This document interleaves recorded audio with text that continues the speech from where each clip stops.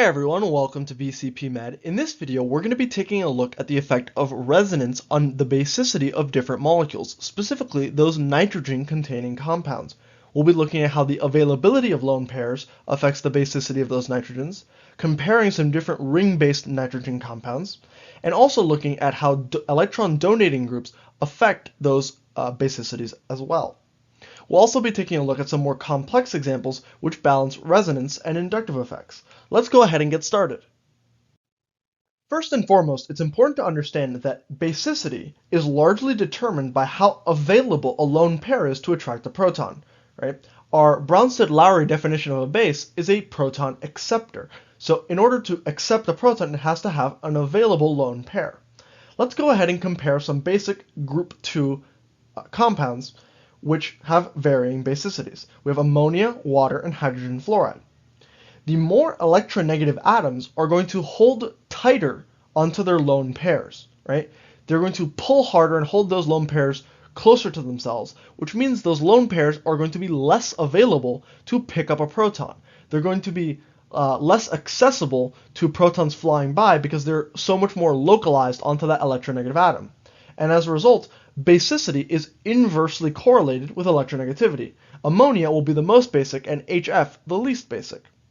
However, lone pairs can be available or not available for a different reason. If they are participating in resonance, those lone pairs are going to be less available because they're less localized on a given atom. For example, let's go ahead and compare ammonia to aniline. Ammonia is going to have no resonance, but it will have a pKa-H of about 9.25, and that is the pKa of the conjugate acid. The higher this number is, the more basic the molecule is. Right? So ammonia with a pKa-H of about 9.3 is quite basic, because it cannot delocalize its electron pair. However, aniline is going to be far less basic, at around 4.6 for a pKa-H value. And the reason for that is that that lone pair on the aniline can actually delocalize into the benzene ring, and so it is not as available for the protons. We can see that through some resonance structures here. This lone pair can actually go ahead and push down into the benzene ring, putting a negative charge onto a carbon here, which would contain now a lone pair. The nitrogen would in turn take a positive formal charge to keep charges balanced. That carbon can then push that lone pair to the next carbon, which can do the same as well. And eventually, we end up with that lone pair being delocalized across all three carbons in the ortho and para positions as well as the nitrogen. And so it is going to be less available, and the aniline compound less basic than the ammonia compound. Let's go ahead and look at some ring-based nitrogen compounds to really get a feel for this. From left to right, we're going to have aniline, which we just looked at, pyridine, pyrrole, and piperidine, which are all going to have their associated pKa-H values, which are shown here below. We see that aniline has a pKa-H of 4.6, pyridine is going to be slightly more basic at 5.2, pyrrole less basic than aniline at 3.8, and piperidine significantly more acidic than any of those, significantly more basic at a pKa-H of 11.2. Right? So the basicities can be ranked as follows. Piperidine will be number 1, pyridine number 2, aniline number 3, and last, pyrrole. Pyrrole will be the least basic. Why is that the case? Well, let's go ahead and understand first why piperidine is number 1. Piperidine is number 1 because its nitrogen is not going to be delocalized in any way, shape, or form.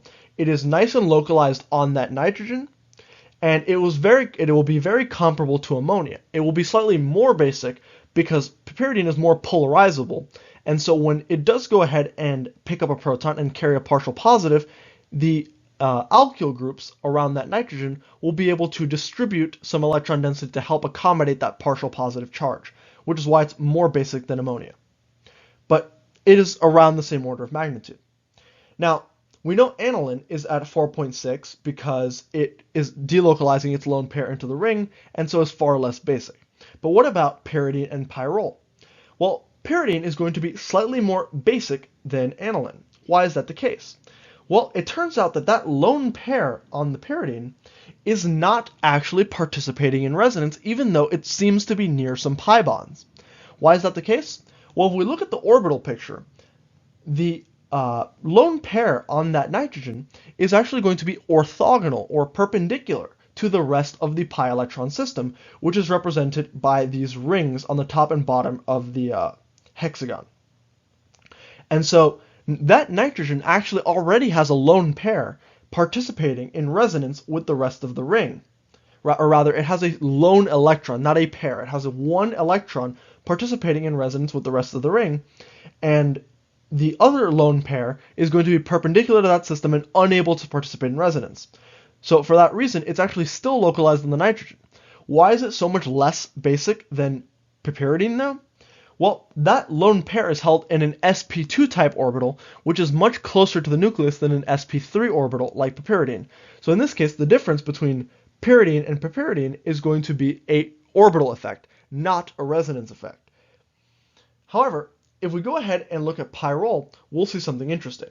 The pyrrole nitrogen is actually able to delocalize its electron pair into these carbons, and it is actually able to do so very effectively. In fact, we can have 5 different resonance structures to describe how the pyrrole lone pair is delocalized. The first lone pair will go ahead, let me draw some better arrows than those. We'll push into this carbon here. Then this carbon can push as follows to put it there, which can then go ahead and move it as such, and then one more time to put the lone pair there. And so having 5 resonance structures means that this lone pair is very delocalized and is not going to be available almost at all for any incoming protons. In fact, it has more resonance structures than the aniline, and which is part of the reason why it is less basic. The more you can delocalize the electron density, in other words, the more resonance structures you have, the less basic you're going to be. There's another reason, it's a little more subtle, and you may or may not have heard of it already, and that is because pyrrole is aromatic. That special configuration of 6 electrons in a cyclic system is going to give a special stability and special delocalization to all of those pi electrons, which means that lone pair is going to be extra unavailable as compared to other lone pairs. While resonance can certainly decrease basicity, it can also increase it. Specifically, electron-donating groups can increase the electron density on a basic atom. They can push more electron density into it, making the lone pair more available, right? Making that lone pair more available by pushing electron density is going to increase the basicity, and the opposite will be true for electron withdrawing groups. Those electron withdrawing groups will pull electron density away and make the lone pair less available. So let's go ahead and look at some examples of how donor groups can increase basicity. So we're going to look at some pyridine derivatives. Pyridine itself, 4-aminopyridine, and 3-aminopyridine. So pyridine is going to have a pKa of about 5.2, which is quite low, meaning it's not very basic, and this is due to the sp2 type character of that pyridine nitrogen orbital. However, is the aminopyridine going to be more or less basic? Well, that top nitrogen is going to have its own lone pair, right, which is indicated here in red. That lone pair can delocalize into the ring and push electron density onto this nitrogen, giving it a partial negative charge. That is going to make that pyridine nitrogen more basic than it is in regular pyridine. And so in fact, aminopyridine will have a much higher pKa of about 9.2. It is going to be much more basic because that amino group is pushing electron density into it. That donating group is making the lone pair more available. What about the other pyridine? What about the 3-aminopyridine on the right? Well, if we were to go ahead and look at the lone pair, we would see that while it can delocalize into the ring, it cannot delocalize to the nitrogen. In fact, it skips over the nitrogen. And so that lone pair from the amino group is not going to improve the basicity of that nitrogen. In fact, this amino group is only going to contribute an inductive effect, which is going to withdraw electron density from that nitrogen and is going to actually not improve the pKa very much. We see that the pKa does actually increase to about 6, which seems a little bit contradictory because I just told you that the inductive effect would be withdrawing electron density from the nitrogen. So what's going on there? Well, in this case, this is likely a matter of polarizability. Adding that extra nitrogen outside of the ring likely improves the ability of the positive charge to be stabilized somewhat after the proton is added. So this is not so much a question of induction or resonance, but some more subtle effects. But the main point being, the positioning of the nitrogen matters. At the 4 position, or the para position away from the pyridine nitrogen, we see that it improves basicity significantly, whereas at the meta position, or the 3 position, it's not improving the basicity very much at all. We can look at some other molecules to see how withdrawing groups and donating groups play out even more. For example, the molecule on the left of these 3 new molecules is known as guanidine, and it has some really interesting properties. The double bonded nitrogen has a lone pair, as do the other nitrogens. And it turns out that these nitrogens can push their electron density into the lone pair, into the double bond, and give the double bonded nitrogen a partial negative charge, making it quite basic. In fact, its pKAH is about 13.6, greater than any of the ammonia derivatives of any of the ammonias or piperidines or any of those sp3 nitrogen compounds.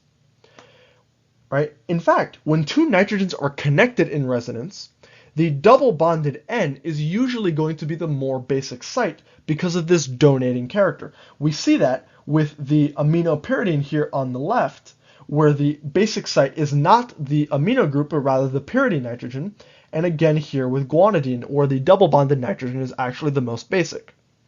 On the other hand, if we look now at this amide here, we'll see something very different. We'll see that the pKAH, is negative 0.4. Why is it so low? Well, that nitrogen is donating its lone pair into the oxygen to give the oxygen a partial negative. Because oxygen is so good at carrying a partial negative charge, that resonance structure is very strongly contributing, and that lone pair is very strongly delocalized.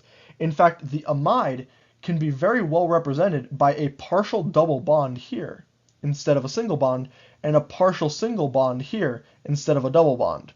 And so that nitrogen is not very basic at all. On the other hand, if we look at this molecule here, we can see it's very similar to our aniline, but it is going to have a pKAH of 1, which is far less basic than aniline, which was about a 4.6. Why?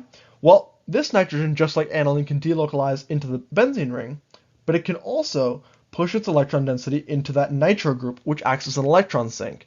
And again, because oxygen in that nitro group is such a good electron withdrawer, it is going to significantly delocalize that lone pair and make that lone pair much less available, making the nitrogen far less basic. Finally, I want to go ahead and close off with some discussion on some more complex nitrogen compounds and include some oxygen compounds as well. We're going to go ahead and rank the basicity of these compounds, 1 being the highest and 5 being the least. The first 5 compounds we're going to start with are shown below, and they're a little complicated, but don't fret, we'll go through them step by step. Typically, when we go ahead and rank things like basicity or acidity, we want to think in terms of functional groups. So are there any functional groups we know to be especially basic? The answer is yes, those are sp3 type nitrogens, those that aren't involved in any sort of resonance interaction. They're going to be more localized in terms of their lone pairs and more basic. So do we have any of those here? You can pause the video and look for yourself, but it turns out we don't. We don't have any sp3 type nitrogens. All of these nitrogens are somehow involved in resonance interactions. The next question is, do we have any nitrogens which are double bonded and receiving electron donation from a donor group, like another amino group or even a methoxy group from an oxygen? Well, it turns out we do. In fact, we have 3 of them. We have these 2 aminopyridines here, and we have this guanidine-like double nitrogen donation group in this square structure. So which is going to be the most basic? Well, this square structure is going to receive donation from both of these nitrogens. It is going to receive from the left and from the right, which is going to make this nitrogen carry a very large partial negative charge and be quite basic, comparable to that of guanidine. And so it will be our number 1 structure. Now, what about our number 2? How do we choose between the para-aminopyridine here and the ortho-aminopyridine here? Well, both of these can just as well delocalize their lone pair into that nitrogen, giving it a partial negative charge. We can now see it in the 2 case as well. The same thing happens. So, which is going to be more basic?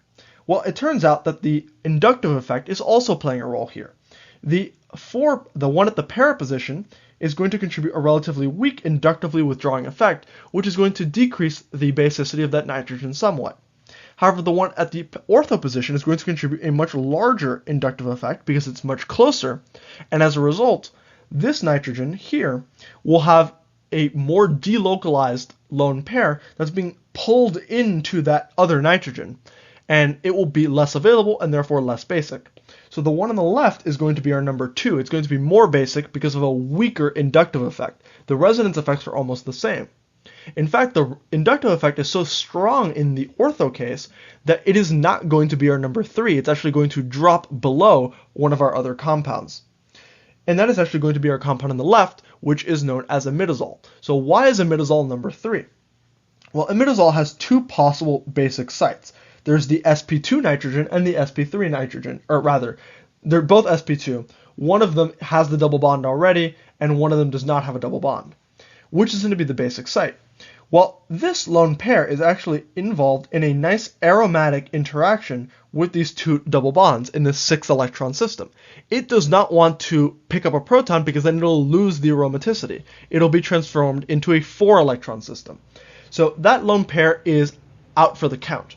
Instead, we have this lone pair here, which is going to be available. It's an sp2 type lone pair, so it's not super basic, but it will benefit a little bit from a donation from this nitrogen lone pair, in the sense that the electron density from that nitrogen will shift a little bit onto this sp2 type nitrogen to make that lone pair more available, and it'll give it a pKAH of about 7.